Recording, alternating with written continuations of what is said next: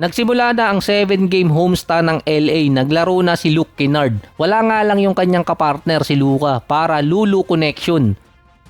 Naka 10 points, 2 rebounds, 2 assists naman si Kennard. Dalawang 3-point shot pa. Halos same numbers pa rin ang attempts para kay Kennard. At least high percentage.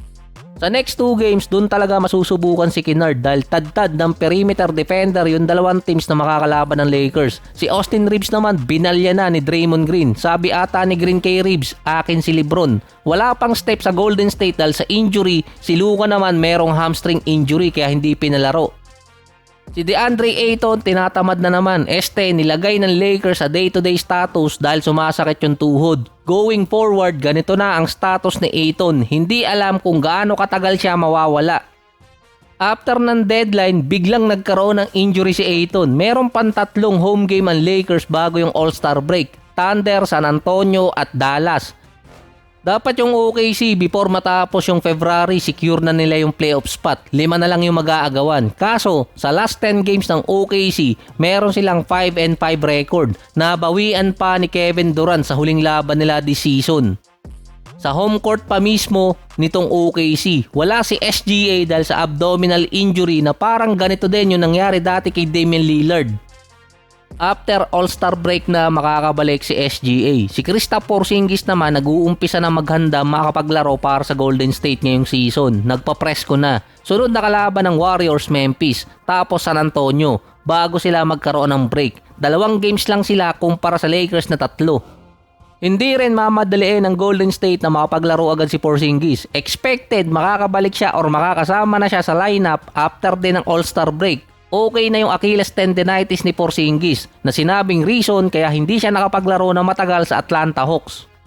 Pero parang naisahan pa ng Atlanta dito yung Golden State dahil ang sakit talaga ni Porzingis ay POTS na tumayo lang siya, posible agad siyang mahilo. Ito yung nagpahirap kay Porzingis sa Boston during Knicks series. At bumabalik yung sakit na yon. Mababa ang recovery percentage ng tao or athlete na nagkaroon ng POTS. Hindi naman ganun kalala yung injury ni Porzingis. Para nga mangyayari lang sa kanya, mabilis siyang mapagod or kaya lightheaded kapag nasa game. Yung style pa naman ng Golden State nakakapagod dahil galaw sila ng galaw dun. Rare condition kasi yung nakuha nitong si Porzingis based din sa doktor sa San Francisco at sa mga medical website. Confident pa naman si Porzingis na makapaglaro agad sa Golden State. Kahit 48 minutes daw siyang palaruin kaya. Kaso since 2022, isang beses pa lang si Kristaps nakapaglaro na merong at least 30 minutes sa isang season. Ito yung ikalawang taon niya sa Wizards noong 2023. At ang Warriors matagal-tagal pa mag-i-stay sa number 8. Kailangan din nila mag-intay after All-Star break kung maaalis sila dun. Number 4 pa nga habulin ng Clippers sa kanila bago bumagsak ng number 9 ang Warriors at 3 games naman ang hahabulin ng Golden State kontra sa Phoenix Suns kahit natalo pa sa Philadelphia. Balik normal ulit ang NBA ngayon nang bumalik si Nikola Jokic. Nagkaroon na naman ng malahalimaw na stats versus Bulls. Meron si Jokic na 22 points, 14 rebounds, 17 assists at ikalawang triple-double ni Jokic since bumalik siya noong January 30. Wala ding restriction para kay Jokic sa minutes. Nalagpasan na rin ni Nikola si Oscar Robertson sa all-time list ng triple-double. Kailangan na lang din ni Jokic ng 26 triple-double para malagpasan si Westbrook. Pwera na lang kung si Westbrook makakapagtala pa ng ilang triple-double stats bago matapos yung season. Kung hindi na injured si Nikola Jokic at nawala ng maraming games, malamang maabutan niya si Russell Westbrook bago matapos yung season. Kaso nga lang dahil nawala siya ng maraming games, for next season na lang yun. Nasa 29 games na lang kasi yung natitira para sa Nuggets ngayon, pwera usog. Hindi rin naging unbreakable yung record na naitala ni Westbrook kahit pa na-break niya yung kay Oscar Robertson dati. Pero si Nikola Jokic dahil nasa prime pa siya, pwede siya ang makapag-set ng unbreakable record para sa triple-double. Pero hindi rin nandyan si Luka na merong 88 triple-double. Ganito rin kasi yun kay Jokic dati bago siya naging dominante talaga.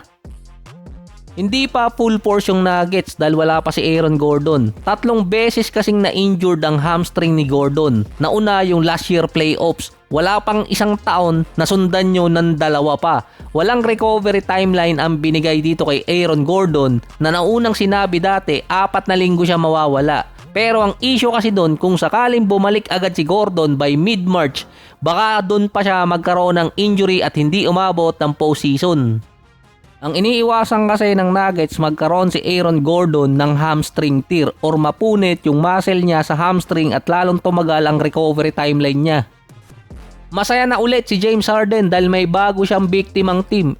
Bagong team. Nakalaro na din si Harden sa Cavaliers. Iniintay lang kasi nung nakaraan na ma-approve yung trade niya papuntang Cleveland. Comeback win din para sa Cavaliers kontra dito sa Sacramento Kings. Meron si Harden na 23 points, 3 rebounds, 8 assists. Si Donovan naman 35 points. Ang mindset talaga ngayon ni Harden, di bali ng kapusin ng bandera sa playoffs basta nakapasok sa postseason. Based kasi sa kontrata ng mga player ng Cavaliers, para ma-sign ulit si James Harden ng malaking kontrata, kailangan nilang magbitaw ng isang star player nila dahil yung Cleveland outside na sa tax apron or lagpas na sila. Nire-recruit pa ni Donovan si LeBron na bumalik sa Cleveland. Based na rin naman kay Sham, gustong pumunta ni Harden sa isang team na makakapag-playoffs. Number 4 ang Cavaliers sa East, 2 wins away para sa number 2 spot. Ang nag-aagawan kasi doon, Boston, Knicks at Cavaliers.